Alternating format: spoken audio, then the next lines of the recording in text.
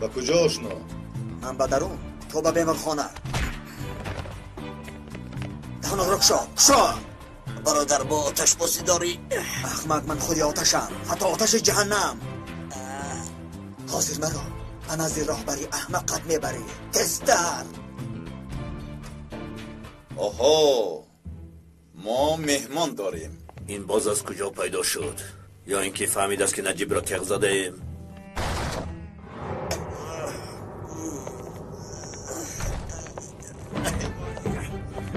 احتیاط باش.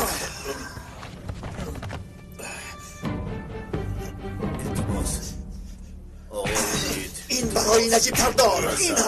این هم بس است آقای بس است. التماس مصلحت میکنیم. التماس نتوانه مصلحت کنید. التماس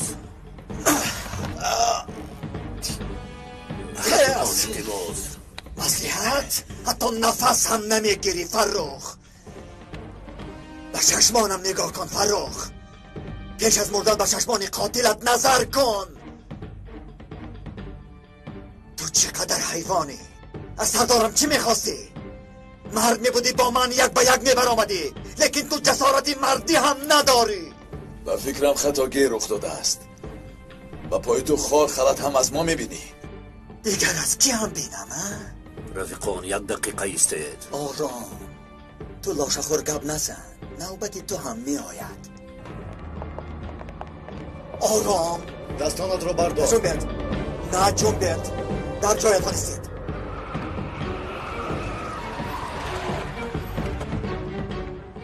بچه ها چه خیلی که گفتم همه آرامونه عمل کنید. دستانت رو بردار، نباشد مینت رو به 4 طرف پاش میدیم. اول من. سرکمیسر از درون آواز میآید. زود. پلیس سلاحایتان را بردارید. بچه ها شما از اینجا براید. من تا این حرامی ها را نکشم نمیبرایم. میمیرند یا میمیرند به من فرقی ندارد. جورا جان، ترکی خالی کردی محو میگردیم. به خاطر سردار سلاحت رو فرار. از اینجا روید. التماس به تو به هیچ کجا نمیرویم. گوش کنید. یکی سلاح را پرتاید برآمده روید. شکایت هم نمی کنیم. این حادثه بی‌معنی را فراموش میکنیم. جورا جان، التماس سلاحت رو پرتا.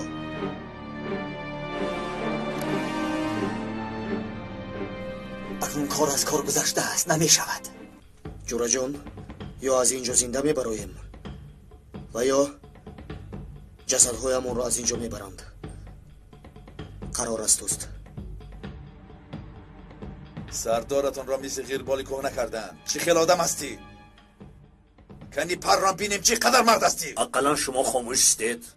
چی گپ در اینجا؟ تو در اینجا چی کار میکنی؟ برای فرخ مژده آوردم. چی بوده است؟ نجیب سردار را از جراحی برآوردند. زنده مانده است. زنده است؟ جورا جان خوش خبر را شنیدی؟ لیکن بیهوش است. هیچ گپ نیه، آن هم میگذرد. جورا جان، سلاحت رو در غلافش انداز. من از این نجیب سردار میرویم. اگر این کارت رو فهمد خیلی هم غمگین میگردد.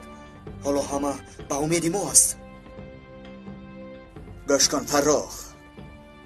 ملخک یک بار میجهد، 2 بار میجهد، آخر به دست میافتد و تمام عمر عذاب میکشد. تو هم راست میگویی گیت. تا امروز با تو ملایم رفتار میکردم، اما از این پس روزی شناسوی همان را روزی ماتم بین المللی اعلام میکنی و چنان دردهای روبرویت میکنم که خیال کرده نمیتوانی. این دیوانه را گرفت زود دفع شوید.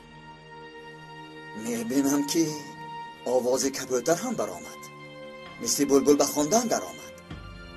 از ترس قریب که همه جا را تر میکردی.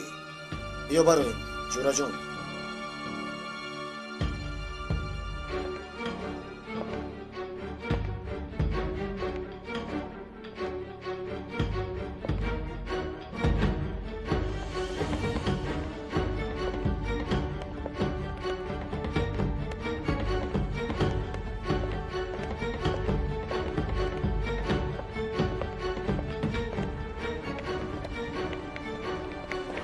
جورا جان کاری خوب نکردی.